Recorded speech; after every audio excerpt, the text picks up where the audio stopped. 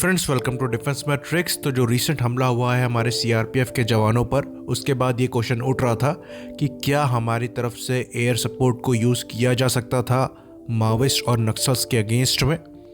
तो इसी टॉपिक पर आज बात करेंगे और समझने की कोशिश करेंगे कि क्या ये पॉसिबल है, और पॉसिबल है तो हमारे पास क्या क्या ऑप्शंस हैं। तो माओवादियों का जो सबसे बड़ा स्ट्रॉन्ग होल्ड है वो अभी छत्तीसगढ़ में है, और ये जो अटैक हुआ है वो छत्तीसगढ़ में हुआ है। छत्तीसगढ़ के जंगलों की बात करें तो छत्तीसगढ़ में ट्रॉपिकल डिसीडियस फॉरेस्ट हैं, जिनको पतझड़ी वन भी कहा जाता है हिंदी में। यानी कि जब पतझड़ का मौसम आता है तो यहाँ पर जो पेड़ हैं वो अपने पत्तों को छोड़ते हैं। तो यानी कि ऊपर से जो विजिबिलिटी है वो आपको प्रॉपर मिलने वाली है। ये कोई रेन फॉरेस्ट नहीं है जहाँ पर घना जंगल हो। पर ऊपर से विजिबिलिटी का मतलब ये नहीं है कि आप नेकेड आई से चीज़ों को देख सकते हैं। आपको थर्मल इमेजिंग कैमरास को यूज़ करना पड़ेगा जो बॉडी का हीट सिग्नेचर को पहचानने में सक्षम होंगे। साथ में जो पतझड़ का मौसम आता है, यानी कि ऑटम सीजन आता है, उसमें आपको ज़्यादा आसानी होगी ऑपरेशंस को परफॉर्म करने में। तो डेफिनेटली जो एयर ऑपरेशंस है वो यहाँ पर पॉसिबल है।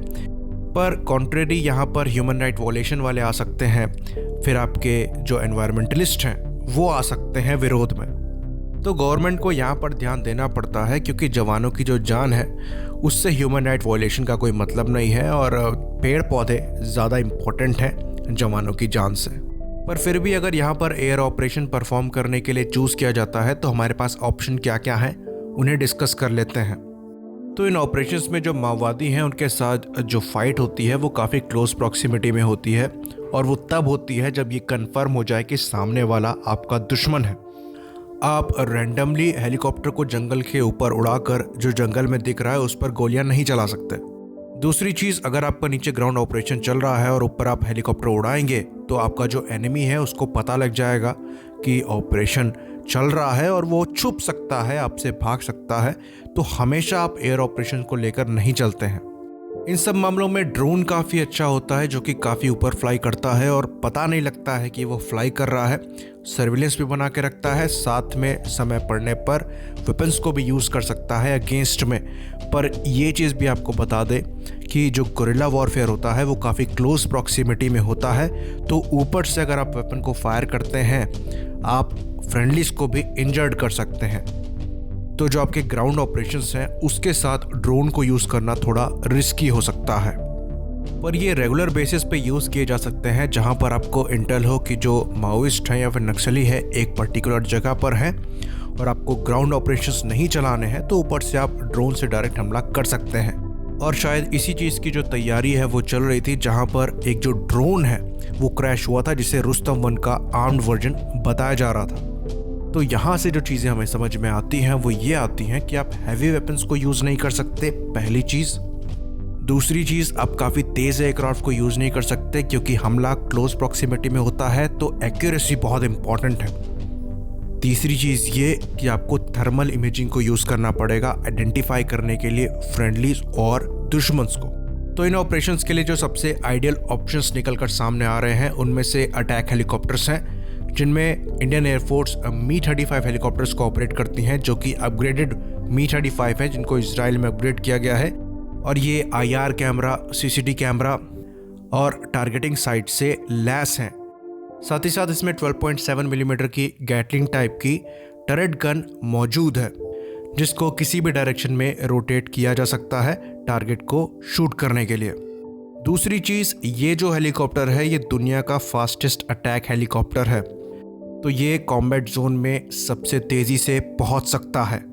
और ये हेलीकॉप्टर जो है वो इंडियन एयरफोर्स द्वारा अंडर यूज्ड ही रहे हैं। इसके पीछे कारण ये है कि इंडियन एयरफोर्स की जो मैक्सिमम ऑपरेशन है वो हायर एल्टीट्यूड पे होते हैं और इनकी जो सर्विस सीलिंग है वो कम है। तो छत्तीसगढ़ में इनको अच्छे से यूज़ किया जा सकता है। बाकी और वेपन्स की बात करें तो इसमें 6 हार्ड पॉइंट्स लग सकते हैं, जहां पर 23 से लेकर 30 मिलीमीटर्स की गन भी लगाई जा सकती हैं, रॉकेट्स भी लगाए जा सकते हैं, जो कि सफिशिएंट रहेंगे माओइस्ट के अगेंस्ट में। दूसरे ऑप्शन को देखें तो दूसरा ऑप्शन हमारा स्वदेशी लाइट कॉम्बैट हेलीकॉप्टर है। तो हमारा LCH जो है वो आता है 20 मिलीमीटर चिन माउंटेड टरेट के साथ।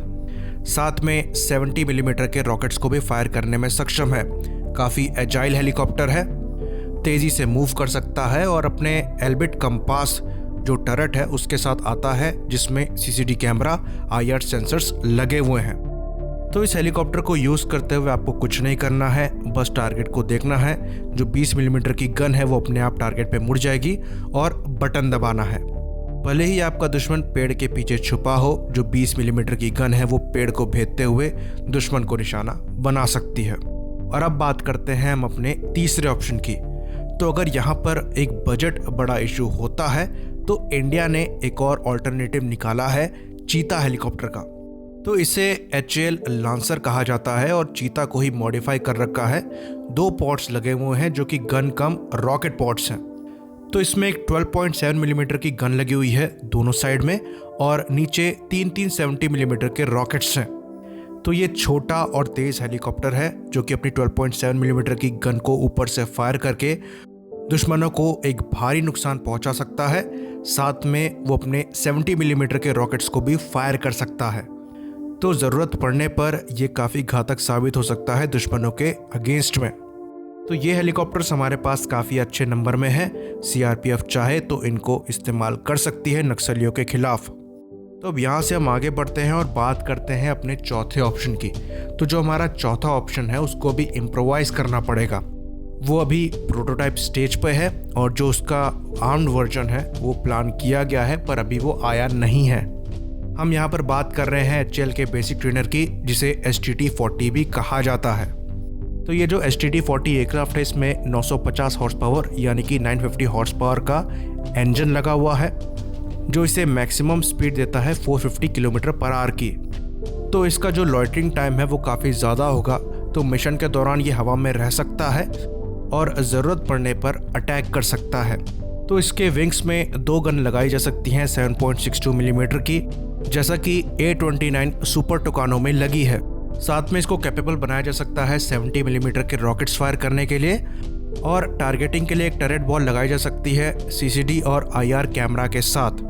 तो इसको A-29 सुपर टुकानो की तरह एक लाइट अटैक एयरक्राफ्ट बनाया जा सकता है जो कि मिशन के दौरान लॉइटरिंग ऑपरेशंस परफॉर्म करे और जब ज़रूरत पड़े तो एयर सपोर्ट प्रोवाइड करा सके।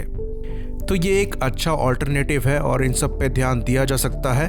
डेफिनेटली जो एयर ऑपरेशंस हैं वो परफॉर्म किए जा सकते हैं, पर वहाँ से आपको ह्यूमन राइट्स और एनवायरमेंटलिस्ट को हटाना पड़ेगा। इसी बात पर इस वीडियो को ख़त्म करते हैं। लाइक करिए, सब्सक्राइब करिए। जय हिंद।